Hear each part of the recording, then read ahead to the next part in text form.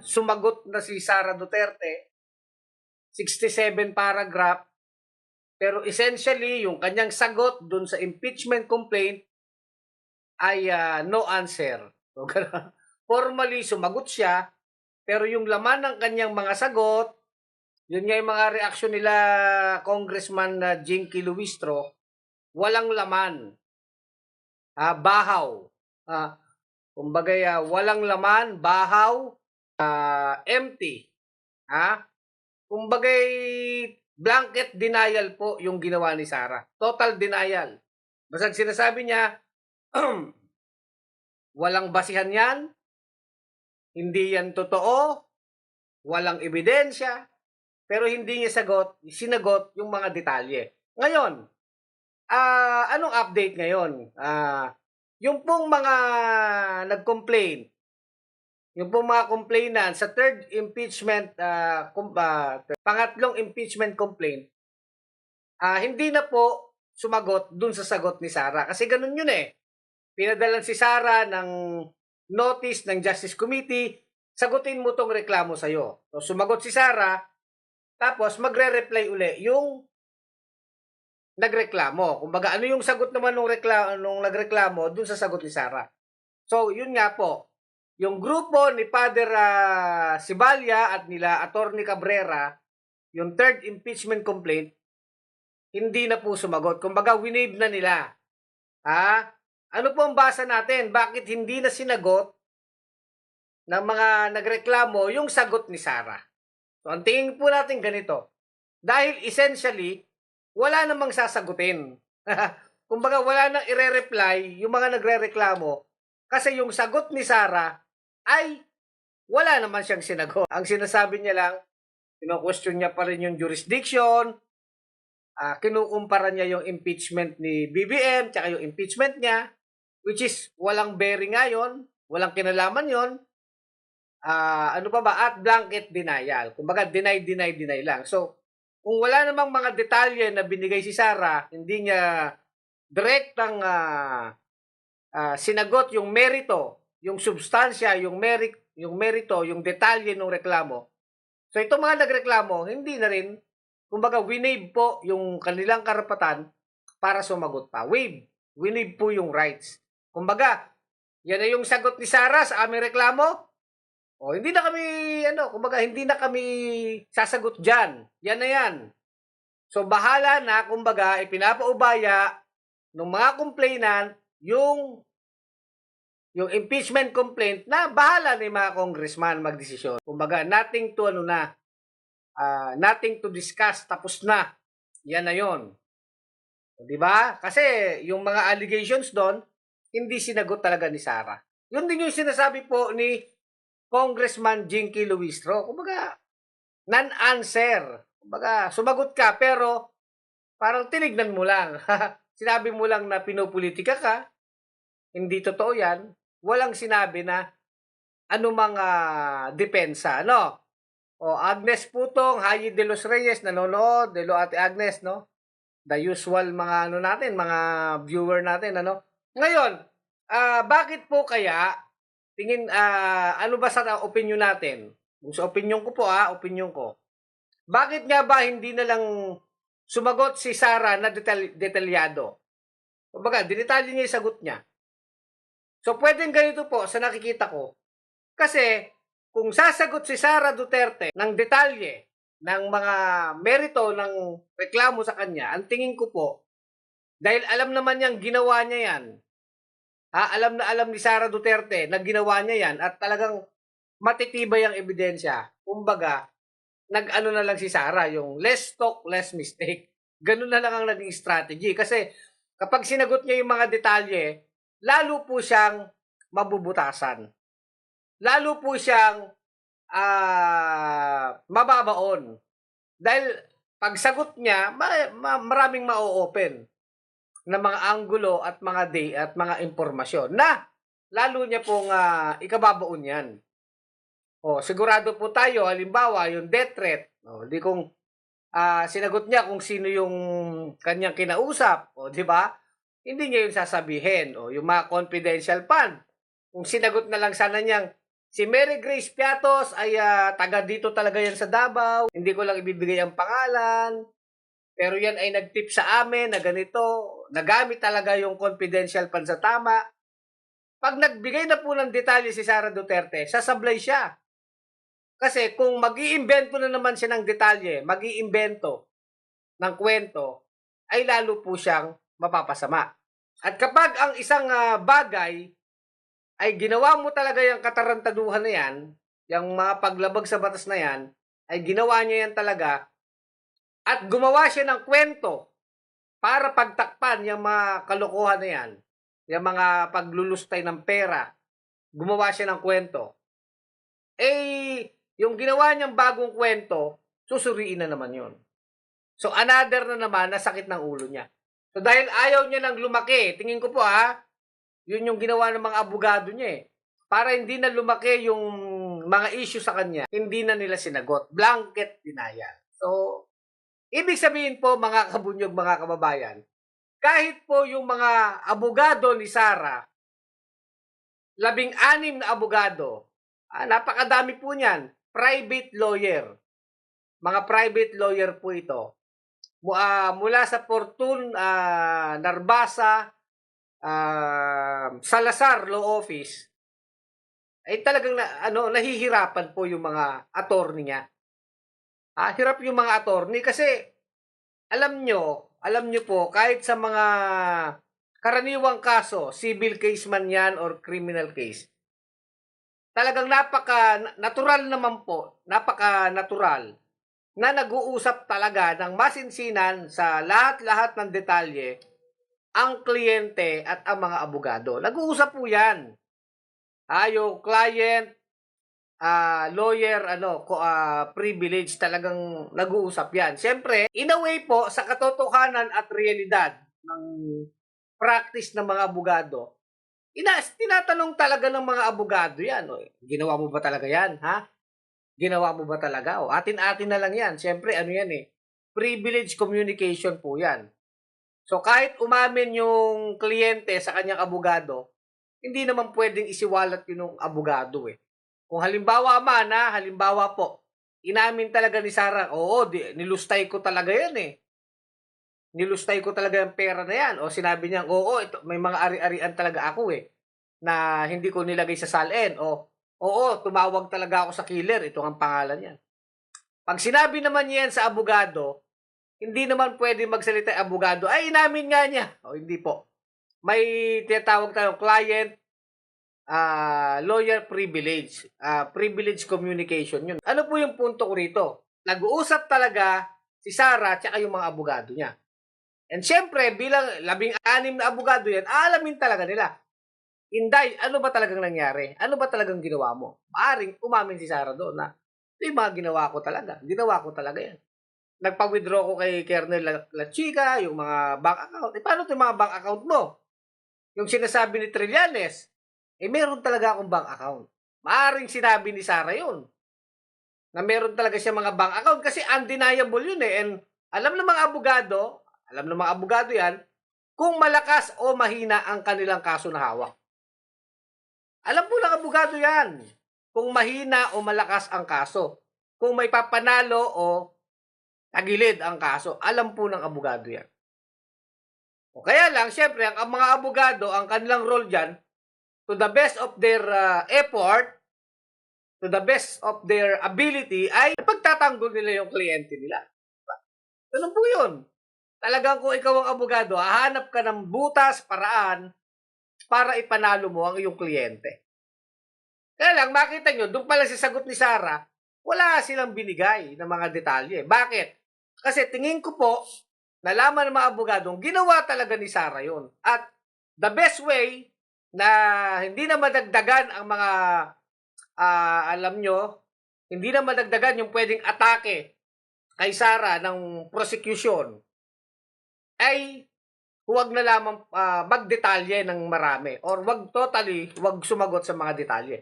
Yun nga, the more less talk, less mistake. Kumbaga, i-control na lang natin to kung ano yung nalalaman nila. Kaya lang, alam niyo pa, pagdating ng trial, bubulat-latin din naman lahat yan. Bubulat-latin lahat ng detalye. pagdating po ng impeachment trial. Kasi dito, ano pa naman yan eh. Ano ba ang gusto lang makuha ng, ano ba ang dedesisyonan dyan ng Committee on Justice? Ang pagdedesisyonan lang naman po ay yung probable cause, which is, tingin ko po, with certainty, may probable cause yan. Kasi may video, may mga testigo na naluhol siya, everything nandyan po. Ang lahat ng matitibay na ebidensya, direct evidence, testimonya, personal knowledge, hindi marites, bank account, nandyan po lahat. Video ng pag-amin, ng pagpatay, ng pagbabanta ng pagpatay. So, sa iba't ibang mga grounds po ng complaint, maraming ebidensya. Kung probable cause, napakadali po. No? Para sa mga congressman. And anyway, may 54 na nga na member ng Committee on Justice ang pumirma sa sinasabing sufficient in form and substance. 54 na yon. So pagdating ng plenaryo, 105 lang ang kailangan or more. One-third ng kabuang bilang ng mga miyembro ng ng House of Representatives, mayakyat na ang impeachment sa Senado para magkaroon ng isang full-blown trial. So, yung 105 congressman, madali na po nila yung ipunin. Ngayon, yung sinasabi po natin, kahit yung mga abogado ni Sara, dekalibre na po yan, sila Fortun, mga batikan na yan panahon pa yan nung impeachment nila ERAP. I think kahit yung impeachment ni dating Chief Justice sa Renato Corona, yung Fortun po na yan, yung Fortun brothers na yan, sila Raymond Fortun, Siegfried Fortun. Hindi ko alam kung si Raymond Fortun ay kasama dyan.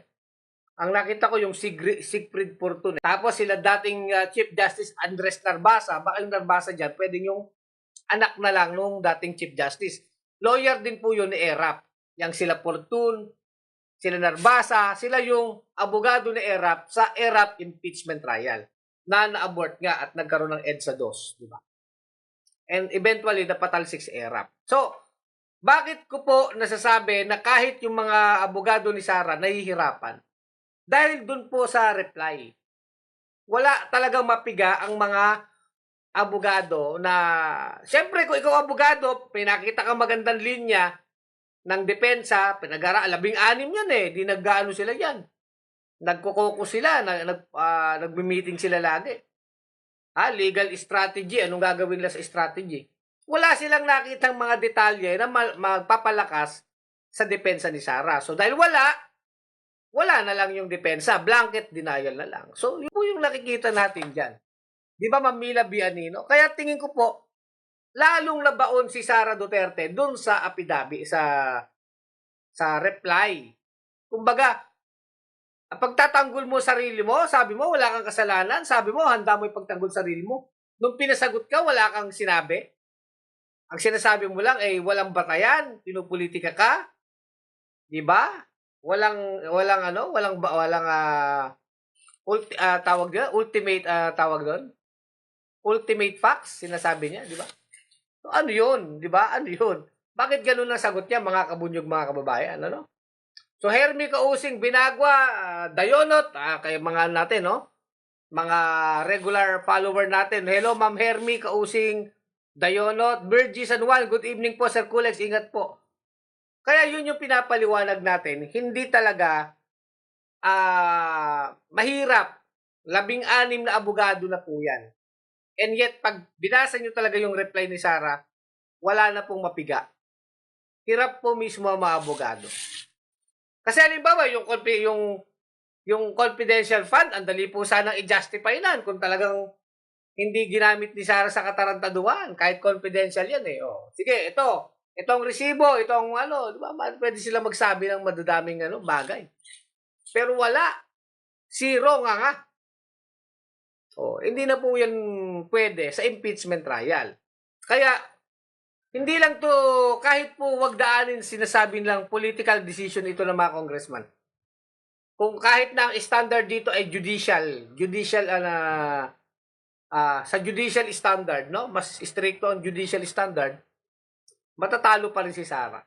Lalo na, ito yung political decision, meaning, kung ano talaga yung nakikita ng congressman. Kahit yung mga lawyer ni Sara Duterte, kumbaga, anong tawag doon? Talagang nag-ano sila eh. Humahanap sila ng pupwede. Kumbaga, binabaligtad na nila lahat. Kumbaga, hinahalughog na nila ang lahat ng anggulo ng mga kaso, ng mga ginawa ni Sara. Kumbaga, inaano na nila eh. Wala silang makikita dito na depensa na matino. Kahit nga po yung death threat ni Sara, ano lang ang depensa? Conditional. Napakahinang depensa niyan. Na yun naman daw ay conditional. Threat pa rin yun eh.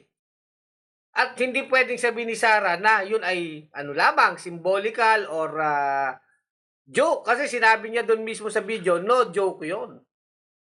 Napakabigat po. Na ebidensya yan. Doon pa lang sa death threat, pahina ng pahina po yung depensa ni Sara, talagang nababaon siya. At pagdating po ng impeachment trial, kasi sigurado tayo, sasampa ito sa Senado. Una, magkakaroon po ng probable cause, walang question dyan. Baka si Bong Suntay lang ang hindi boboto dyan no? Si Congressman na Bong Suntay, si Congressman Imagination. Si Congressman Imagination lang po ang hindi boboto sa probable cause. O yung grupo ng NUP, nag-iinarte yung grupo ni Puno. Pero at the end of the day, sasama yan tingin ko. Ngayon, makakabuba ng 105 na congressman? Yes po. At sobra pa dyan. Hindi naman kailangan 200 o yung kagaya dati. 105 mahigit lang, kayang-kaya po yan. So, itatransmit po ang articles of impeachment sa Senado. At pagdating sa Senado, dahil si Soto pa rin ang Senate President, nangako naman si Soto na ipo-forthwith niya. Hindi kagaya nung ginawa ni Chis Escudero, ay talagang tinulugan ni Quezong Bulok, ni Chis Escudero, yung impeachment. Hindi sinunod yung Constitution. Sinasabi ng Constitution, pag naisampa sa Senado, ipo-forthwith. Actionan po agad-agad. Ibig sabihin, magkakaroon talaga sila ng impeachment trial. Yan ang pangako ni Soto. Talagang mamadaliin nila. Kasi yun yung inuutos ng ating saligang batas. So, mapo-forthwith po yan sa Senado. At doon na po magsisimula ang trial. At diyan na po ipapatawag, yung maririnig din natin, subpoena testificandum, subpoena ducis tecum. Ibig sabihin, pinapatawag yung tao para magtestimonya. Di ba? Testimony po. Salaysay, subpoena testificandum. Meron ding subpoena ducis tecum. Ipapaproduce po yung mga dokumento. So, ipatatawag yan, yung AMLA, Anti-Money Laundering Council, yung mga dokumento nila. Naku, makapangyarihan po ang impeachment court. Ipapasubpoena po yung mga bank account. Naku, talaga. Yung mga tao na naghulog sa bangko ni Sara, yung mga di umanong bank account, di ba? Yan po lahat ay may establish sa impeachment trial. Papatawag yung bank manager, hindi naman pwedeng hindi sila pupunta. Kasi makokontempt sila ng impeachment court. So, napakabigat po. Malalaman ngayon kung sinong nag-deposit, sinong nag-withdraw. Pati yung pag-withdraw po, magkano ang withdraw. Di ba? Huling-huli po yan. Kahit yung mga DepEd official na sinuhulan ni Sara, ipapatawag, magte-testimonya, yang sila Gloria Mercado, ipapatawag po yung envelope, ipapaproduce yung envelope. Di ba, nasa Congress na po yun? Ipapasa lang naman po na Blue Ribbon, o ano bang committee yun? Blue Ribbon Committee ba yun? Public Accountability Committee. Yung nakuha nilang mga dokumento, kasi public ano na po yan public document na po yan. Nagsisilbi na yung public document, ibibigay lang po sa impeachment court. Di ba, yung mga sobre may lamang pera ng panunuhan ni Sara. Pati yung mga confidential fund na yan. Sino yung nagwi-withdraw, yung nag-a-approve niyan, yung mga auditor, sila La Chicha, papatawag po yan. Pati yung bank manager kung saan nag-withdraw, yung mga teller. Totoo ba, nag-withdraw tong si La Chicha, yung tao ni aaminin po nila yan kasi may bank record yun. Kung ang withdraw ay 60 million o 20 million, makikita po doon. Pati yung dinaan ng pinto, di ba? Yan ang sinasabing mga detalye. Kaya yung sinasabi ni Sarang walang ultimate facts. Napakadami. Meron din evidentiary facts. So, hindi na lang to basta akusasyon. Pagbibintang o sasabihin ni Sara, pinupolitika siya. This time, ebidensya na ito. Haharapin niya ngayon. Sabihin niya, ikaw pala yung nag-open ng bank account mo. Patawag natin yung BPI manager kung sa BPI yan. Anong branch? Sara. Sino pong pumirma doon sa pag-open ng account? Kasi siyempre, pag ino-open ng account, kung may pirma po yung may-ari ng account, na ino-open niya talaga yon. Personal po yun. Sabihin po yan ng na bank manager. Di ba, Ma'am Nancy Enong? Di ba? Ipapatawag po. Yung sabing drug lord, papaproduce po yun. Lahat, ipapaproduce. Yung SALN ni Sara, ipapaproduce po yun. Yung SALN mo, may bahay ka dito, di sisilipin din yun. Magkano yun? Ano ba negosyo mo, Sara? Kung may negosyo ka, ipapasampi na po kung nakarehistro sa DTI. Hindi naman pwedeng peke. Sabi mo, may korporasyon ka. Kailangan rehistrado sa SEC. Hindi naman pwedeng mag-imbento lang. Lahat kasi dokumentado. Pati po yung paggalaw ng pera, cheque. Nakikita po yan ng AMLA, Anti-Money Laundering Council. Ang cheque po, may clearing house yan. Kaya lahat ng cheque na pumapasok, lumalabas sa bangko, ay mayroon pong record yan, yung sa Philippine Clearing House. Diba? Diba?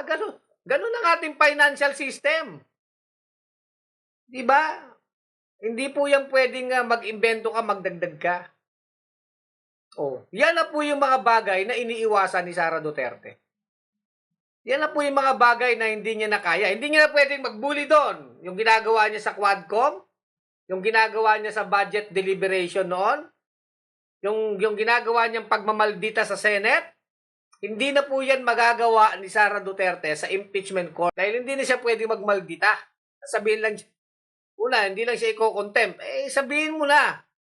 Kasi pwede naman siyang hindi sumagot, di guilty na siya. Makikita ng tao. Kita nyo na? Di ba mga DDS? Lapagan na ng ebidensya yan lapagan ng ebidensya. Kaya alam nyo, yung political base ng mga Duterte, sa totoo lang, yung mga bumoto nga kay Rodrigo Duterte, tingin ko, nabawasan pa yun. May solid base yung Duterte na talagang kahit nagwalang niya si Sara, hindi na mababago ang utak. Pero ilan na lang yan. Ilan na lang yan. Pero yung ibang mga maka-Duterte na iboboto pa sana si Sara pero nag-iisip, marami pa rin po yan. Yung hindi naman mapolitikang mga tao. Pag nakita na yung mga ebidensya, yan na po. Tanggal pati balon-balunan talaga ni Sara Duterte. Kumbaga mahuhubaran po siya ang kanyang pagkatao, ang kanyang maskara. Sino ba talaga siya? Sa pamamagitan po ng mga ebidensya, ng mga testigo, ng mga bank account, ng mga resibo. Diba? Damn if you do, damn if you don't confidential fund, maglabas ka ng resibo. Pwede namang walang pangalan. Kung sabi nyo confidential, sige, protektahan yung tao, pero labas mo yung resibo. Saan mo ginamit yan? Anong restaurant? Mayroon pa doon yung tumira daw sa isang bahay, magkano yung upa? Parang 500,000 isang araw. May mga ganun. May mga ganun po. Kung paano yun? So, napakadami. Actually, napakadami niyang sasagutin. Kaya doon, masisira po si Sara talaga. Hindi masisira dahil sinisiraan. Hindi po sinisiraan. Masisira siya kasi ginawa niya yun. Ginawa niya talaga yun. At this time, may ebidensya. Hindi na pwedeng sabihin ni Sara, kasi tatakbo ko sa 2028, kaya sinisiraan ako. Hindi. Nung nangyari ang mga yan, wala namang eleksyon. Hindi ka pa naman tatakbo. Di ba? Ma'am Nancy Enong, salamat po sa 100 stars. Di ba Mike Al, sa paliwanag mo pa lang, sir, yari si Inday. Ng mga muron sa utak. Sa paliwanag ko pa lang, paano na kaya yung mga prosecutor ng mga batikan yan? Kung si Kulex Soliman pa nga lang nagpapaliwanag, nakikita nyo na po yung lohika? Diba? Sabi nga natin, ng impeachment trial, harapan ng ebidensya yan. Kung totoo yung Mary Grace Piatos, abay, papanindigan ni Sara yan, yung mga, mga pangalan ng resibo? Bukod sa Piatos, yung si Chippy McDonald, ano pa ba yun? Ka Edwin. Yung mga pangalan ng ano niya? Ha? Uwishi. O, Uwishi. May McDonald. Sikat kasi yung Piatos eh, no? O. Madami pa siyang nilagay doon ng mga katarantaduhan ng mga pangalan. O, sige. O, i-ano natin yan. Sino-sino yung mga tao na yan? Di ba? O. Di ba? Anong mga nagawaan yan? Di ba? Kahit sabihin mong confidential fund, pera pa rin ang bayan yan. Tsaka imagine mo naman, ano ka ba? DepEd official ka, vice president ka, di ba? Si Leni Robredo nga, wala namang confidential fund eh. In fact, pag tinignan nyo yung statistic po ng confidential fund ng bawat vice president, parang si Gloria, 5 million lang. Si Binay, parang 5 million lang ni si Binay. Yung mga naging vice president po, si Gloria. Oh. Pero si Sara talagang ano eh. As vice president, 500 million. Di ba? Oh. Ngayon, saan napunta yan? Ay sinasabi ng mga DDS, ang liit-liit naman ng 125 million na confidential fund.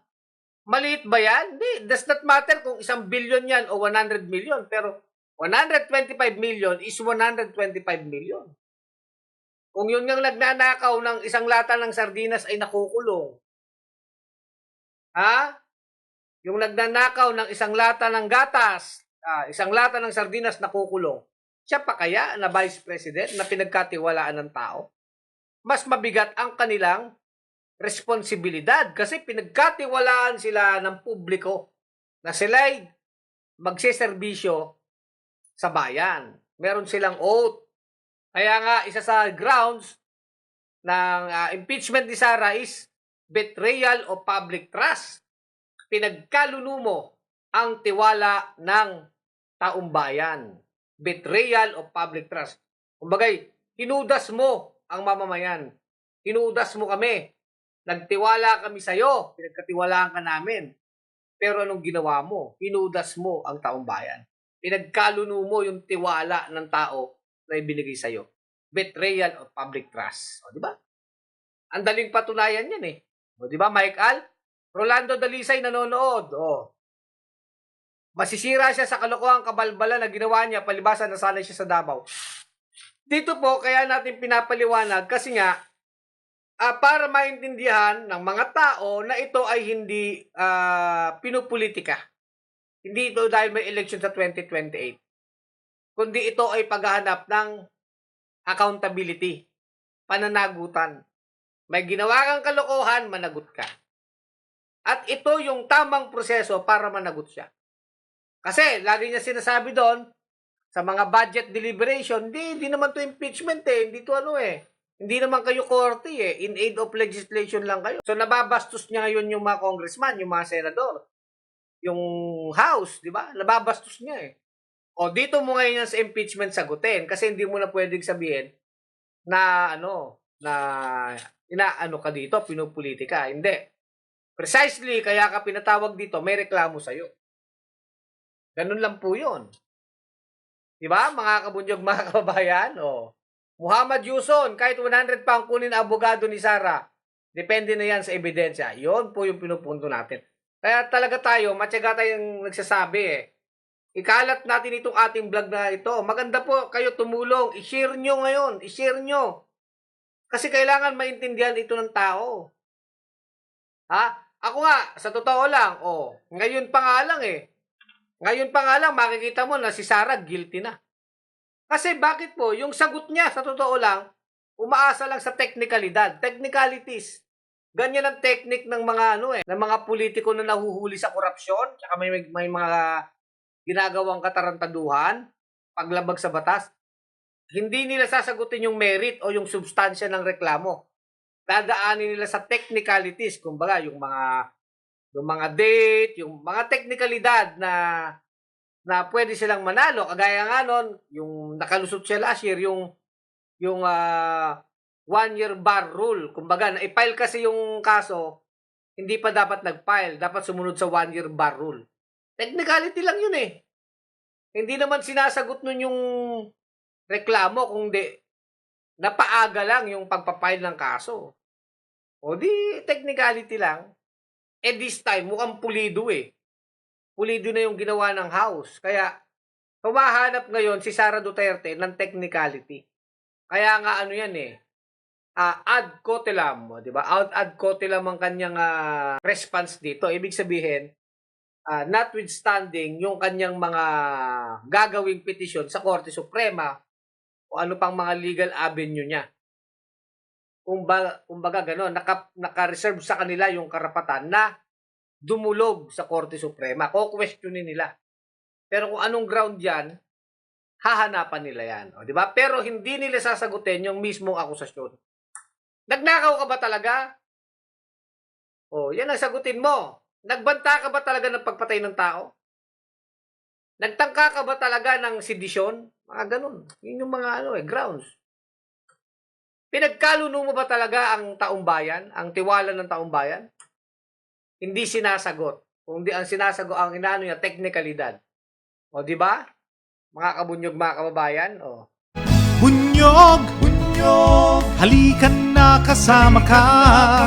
Bunyog, kapag buklod ay may pag-asa. Luzon, Visayas, Mindanao, isa ang pananaw. Sa bagong Pilipinas ang bunyog isisigaw. Bunyog.